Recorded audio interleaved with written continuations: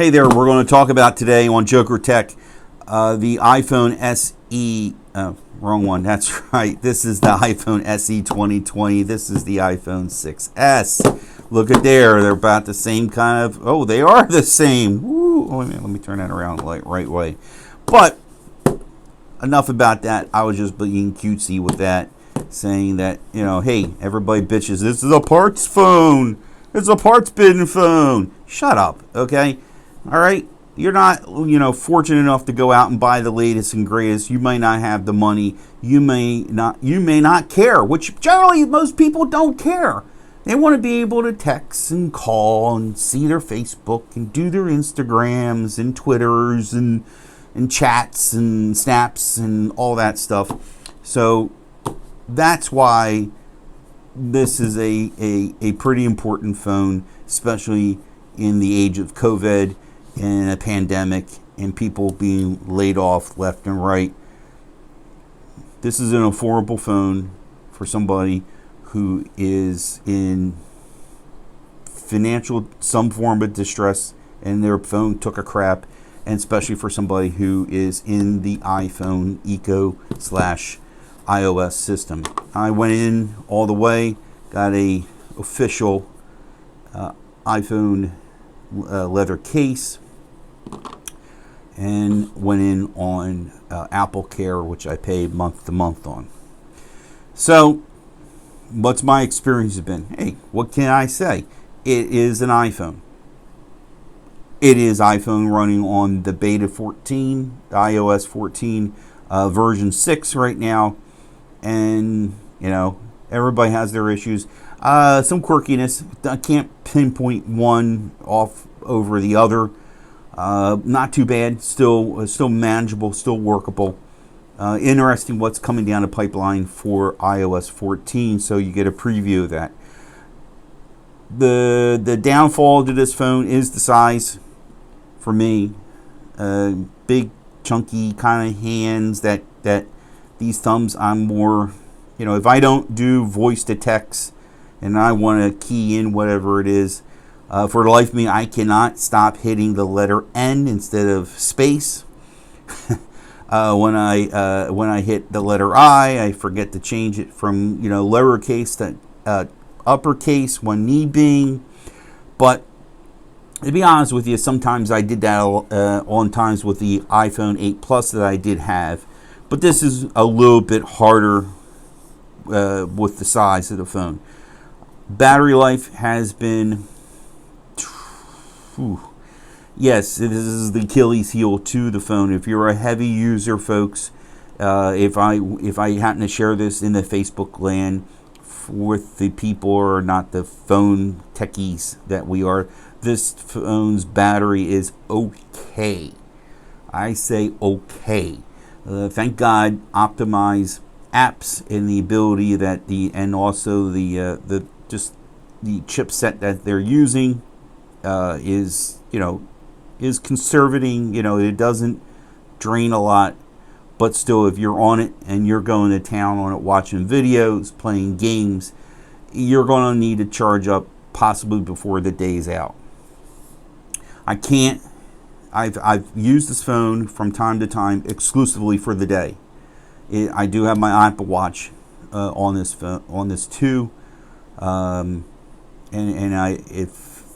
if I haven't had at the time I didn't have a wireless charger at work, or I have the capabilities of charging it, but it's nice having the wireless charger at my desk.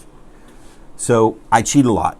When it comes to the battery life on it, because when I sit down, I know I'm going to be there for a bit. I just throw it on the charger and see where it's at. Like I said, it's shooting this. I don't know if I said this or not. I'm shooting the video right now using the iPhone SE. The camera, hands down, really, really good cameras, especially taking pictures of people. That's my opinion. Other objects, other things, it's good, but once it gets on a person, it just something about it. It really takes a really gorgeous photo. I'm all about the portrait mode. I'm all about the bokeh. And taking a picture of somebody with the bokeh or the portrait mode in this case, I love doing that. This phone really does give the Pixel 3, in my case, the 3A that I have, it gives it a run for its money. The photos are quality or good. I don't go shoot pictures at night, so I can't say what I think about the night mode. Everybody complained about this phone being a parts bin phone. Well, don't forget the last generation of SE was essentially an iPhone 5S. So nobody complained then, so I don't get what the big beef is, okay? It's a phone that's great for the masses. It's great for this particular time, for what we're going through. Hands down, Google did a solid with people coming out with a 4A at $349 and doubling the storage. But let me just put my spin on that, okay, for a second. I spent extra to get the 128, and that's nice. But will you be able to convince somebody who has had an iPhone for a while to go and get the other phone, the Google phone, and switch them over? That's going to be a hard sell. It's going to be a hard sell. As you can tell, I'm not talking much about the phone because it's an iPhone. What else is there to talk about? It's an iPhone 6S, 7, 8, but all the high-end stuff, the guts, 2020, 2019 chipset is in this phone. But for somebody who's struggling, somebody who needs a phone, today we need a phone in our pockets of some kind, and this is a great phone. If you're in the iOS system, in the iPhone world, Apple world, whatever world you want to call it, this is a great phone to get. If you're willing to put up with the size of the phone. Hey, nice to have a phone this small and stick it in your pocket and doesn't have to jab you in your butt or your thigh and remind you it's there compared to some of these other monsters. So that's about it. Again, I'm pleased with it. This phone's going to get me through, and to enjoy and experience the other, every new iteration of iOS. Seems to be the rule of thumb, 5 years, 6 possibly. So that's what this phone is for me. And mind you, this is my opinion. These are my This is what I found out having this phone from May 1st to now. Your mileage can vary, your happiness can vary on this. So I'm not laying the law. I'm not saying this is hey, this is what's worked for me. This is why I got the phone.